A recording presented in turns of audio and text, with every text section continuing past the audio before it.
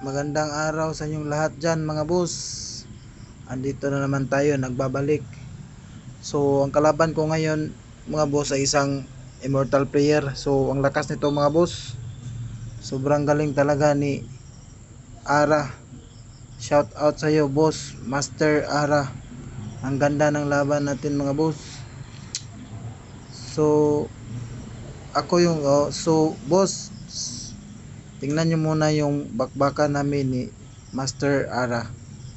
First pop ako dito, tumira ako 116, 314 yung counter niya, tapos 51, 116, tapos 314, 51 din, gaya-gaya. So sa ganitong posisyon mga boss, bookline din to, bookline din ito mga boss. Marami ng mga nakakaalam na mga damador player dito. Yung bookline talaga dito mga boss, isa sa bookline nito is sasayang ka talaga sa 115. Tapos nag-iba siya ng variation mga boss, parang gusto niya na paipit yung style niya, gusto niya paipit. So tumira lang ako 1613 mga boss, 1613 din siya. So pinakain ko yung 1515 mga boss, tapos pakain ako for 16, kain ako dalawa. So balance pa naman mga boss, balance pa yung posisyon. So magandang bakbakan mga boss. Ang lakas din talaga ni Master Ara. So ang galing. So tira siya 9.5 timing, 9.5 din tayo mga boss. Pag tira niya ng 5.1, 5.1 din tayo. Tira siya 2.14, pinakain ko mga boss, tumira ako ng 4.16, binasag ko na. Baka tatamaan pa tayo ng Lance de Pueblo doon. Kain tatlo dyan, tumira lang ako 12.7, tapos tira siya 6.2. So magaling talaga mga boss, magaling. Tira lang ako 7.2, tapos tira siya 2.15. Magaling talaga mga boss, maano rin, kasi pagdating dito sa mga immortal rank mga boss, kadalasan talaga makakaharap mo may mga tirada din, magagaling. So paswertihan na lang talaga mga boss, at lalim na pag-iisip yung ang ang rito, yung puhunan mo. So pinakain ko lang mga boss ganyan, tapos tira siya 11.6. So sa ditong posisyon mga boss, practical na talaga to mga boss. So kailangan laliman mo yung pag-iisip mo dito mga boss, laliman mo yung pag-iisip mo, pagbibilang, para malamangan mo siya. So dito banda mga boss, nagugol din ako ng mga ilang segundo mga boss, o ilang minutes yon bago ako tumira. So tumira ako ng 6.2. Ano ko talaga mga boss, inaabang-abangan ko din siya, tapos tinitingnan ko kung may mga lansi ba siya, baka tatamaan tayo. Tapos tumira siya ng 6.1, tapos sinayang ko mga boss, tapos tira siya 7.2, kain lang ako. So dibaldi na siya ng isa mga boss, pero magaling talaga, may pa din siya, may sayang din siya. So magaling, humahanap din talaga siya ng tabla mga boss. So ako dito mga boss, tinitingnan ko kung kaya bang pigilan yun, hindi, kung pababalikin ko may pa ba ako. So wala ako magagawa na dito mga boss, so kaya sumabay na lang din ako. Wala din kasi akong ibang maitulak. Kung meron man sana, gagawin ko sana, pero wala talagang wala talaga, hindi talaga mapipigilan yung pagsayang niya. So sumabay na lang ako dito mga boss, kain, tapos baba siya, tira lang ako 2.15.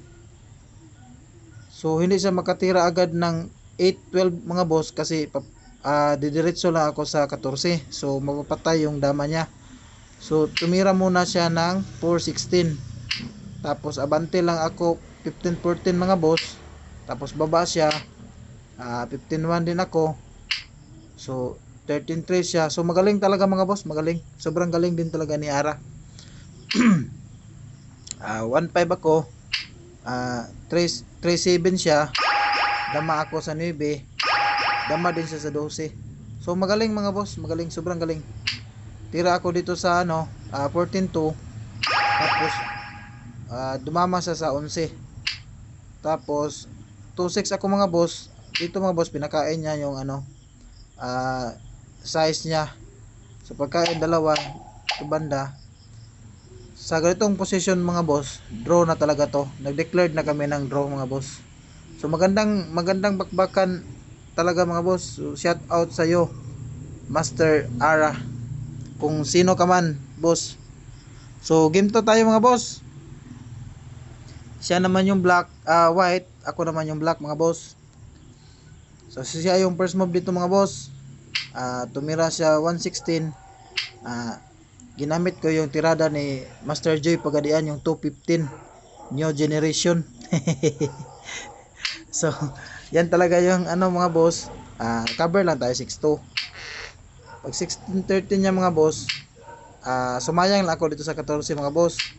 Tapos 6-2 siya, 16-13 lang tayo mga boss. So 10-6, pag 10-6 niya mga boss, 3-14 lang ako. Tapos nag 6-1 siya, 5-1 lang ako. Pinakain niya dalawa dito mga boss. Tapos kain ako 14. Tapos tira siya 11-6. Tumira na ako ng 115. Pag tira niya ng 9-5 mga boss, dito na pag-isip-isip ko mga boss, medyo hindi makagalaw yung nasa gilid niya. So dito ko inatake sa kabilang side niya mga boss para maipit lalo yung pisa niya. Pinakain ko ganito lang mga boss, ganyan lang. So sa ganyang formada mga boss, parang mahirapan talaga siya dito mga boss. Kasi bawat galaw niya dito is makakain talaga. Tapos tira siya 5-1. Dito na ako sa 13 mga boss. So parang naipit talaga yung pisa niya. Tapos siya mga boss, sacrifice dito sa sa 14-16. Pero para sa akin dito mga boss, kung para sa akin lang mga boss hindi naman ako sasabi na para sa akin lang. Maganda sana kung mag-sacrifice siya dito sa 14-16. Para lang sa akin mga boss, parang may laban-laban pa siya siguro, or baka makahanap pa siya ng tabla. Pagkain ko dun mga boss, wala din kasi siya maitutulak. Yung maitutulak niya lang ay yung 215. Kasi kung mga boss, kung magsasacrifice siya ulit, so di baldi na. Wala na talaga siyang pag-asang manalo. So pagtira niya ng 215 mga boss, dito na natamaan din siya ng lances mga boss, na hindi niya siguro to nakita. Yung sikreto dito na tirada mga boss ay ito lang. Titira ka lang ng 214 padalawa mga boss, parang paikutin mo lang yung 14 niya.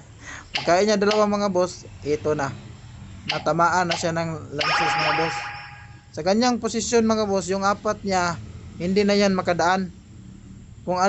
Kung sa highway pa yan mga boss, walang lisensya yan. Kasi may LTO na sa gitna. So pagdadaan ka talaga dyan, sigurado may paglalagyan ka. So yun lang mga boss. So magandang bakbakan talaga. Sobrang galing din ni Master Ara. Shout out sa iyo Master Ara, kung sino ka man. So mga boss, may konti lang akong i-shout out. So shout out sa aking idol na si Larry Dama PG ng Dimiao Bohol. At shout out din sa kaibigan ko na taga Cebu na si Doy Olaer, na lagi akong hinahamon sa online. And shout out din sa champion ng Panglao, Boss Oscar Amakin. And shout out din sa ating idol na nasa Davao na si Gilbin Pameron Rama. And shout out din sa kaibigan natin na sa Maguindanao, si Masrin, na kalaro ko din minsan sa